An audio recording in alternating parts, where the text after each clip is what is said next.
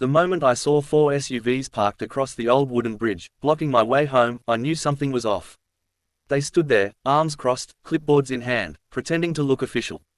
At the center of them was her, the self-proclaimed HOA president, Karen, wearing sunglasses even though it was near sunset.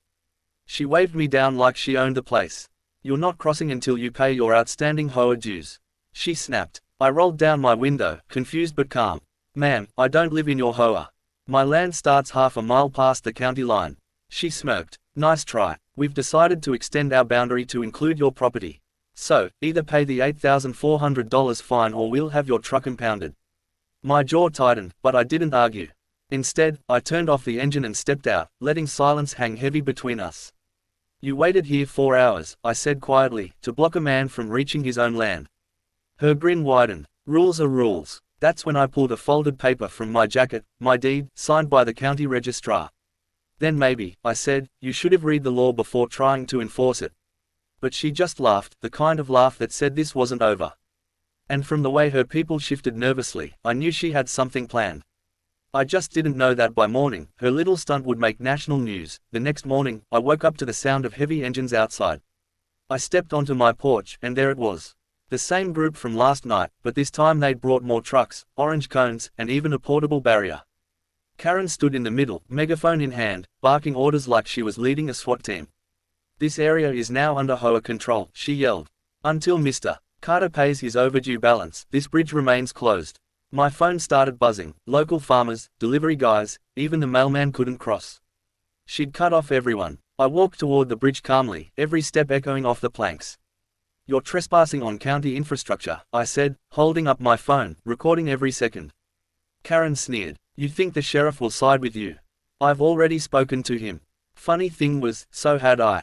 I dialed a number, put it on speaker.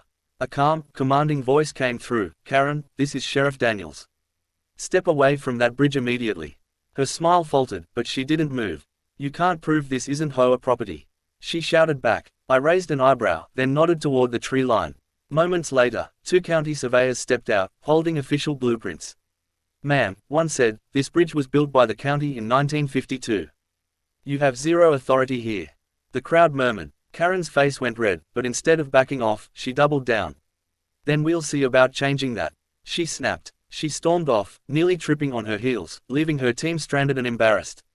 By noon, she was back, this time with a lawyer and a folder stuffed with papers. "You think you're clever," she hissed, waving documents at me. "I've got proof you owe us." I took the papers, flipped through them slowly, and then started to laugh. "This," I said, "is for Lot 27 in Oak Ridge Estates. My property is Lot 3 in Pine Valley County. You've been harassing the wrong man, Karen." Her lawyer turned pale. "Karen, he's right." Her confidence cracked like glass. "That's impossible," she whispered.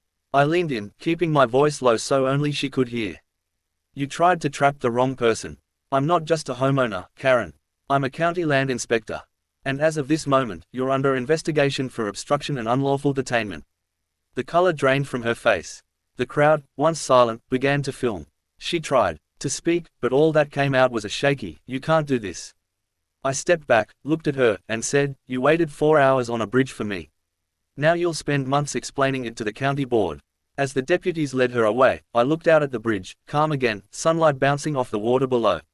And for the first time in weeks, I drove home knowing something simple and sweet: sometimes, the best revenge isn't shouting back. It's proving them wrong in front of everyone. By evening, the story had already hit the local news. The headline read, "HOA President Detained After Blocking County Bridge, Homeowner Reveals Hidden Role in Investigation." My phone wouldn't stop ringing, reporters, neighbors, even people from other counties calling to thank me. Apparently, Karen's HOA had been pulling this same stunt with others for years, charging fake extension fees and trespassing onto county-owned land. But this time, her arrogance had met a wall she couldn't climb. Later that week, I was invited to the county courthouse for a hearing. Karen showed up in a dull gray suit, her usual fake confidence replaced by nervous glances. When the judge entered, he didn't waste time. "Mrs. Henderson," he said firmly, "you and your board are charged with fraud, intimidation, and obstruction of public access." Karen tried to interrupt. "Your Honor," The judge raised a hand. "Quiet. You impersonated local authority, detained residents, and disrupted county operations. You'll be lucky if this doesn't end in jail time." She looked toward me, as if expecting some kind of mercy. But I didn't say a word. I just stood there, calm and silent. Then something unexpected happened. A man in a navy suit walked into the courtroom, the county commissioner himself. He handed the judge a file and said, "Your Honor, Mr.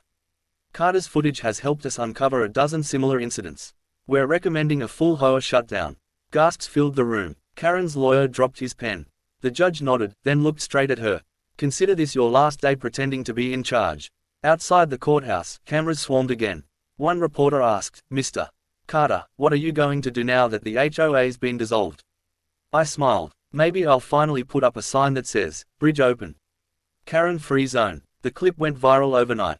Thousands of comments poured in, veterans, homeowners, even lawyers cheering. And the best part, the county offered to name the repaired bridge after me. I didn't need that, though. Seeing justice walk across it was enough.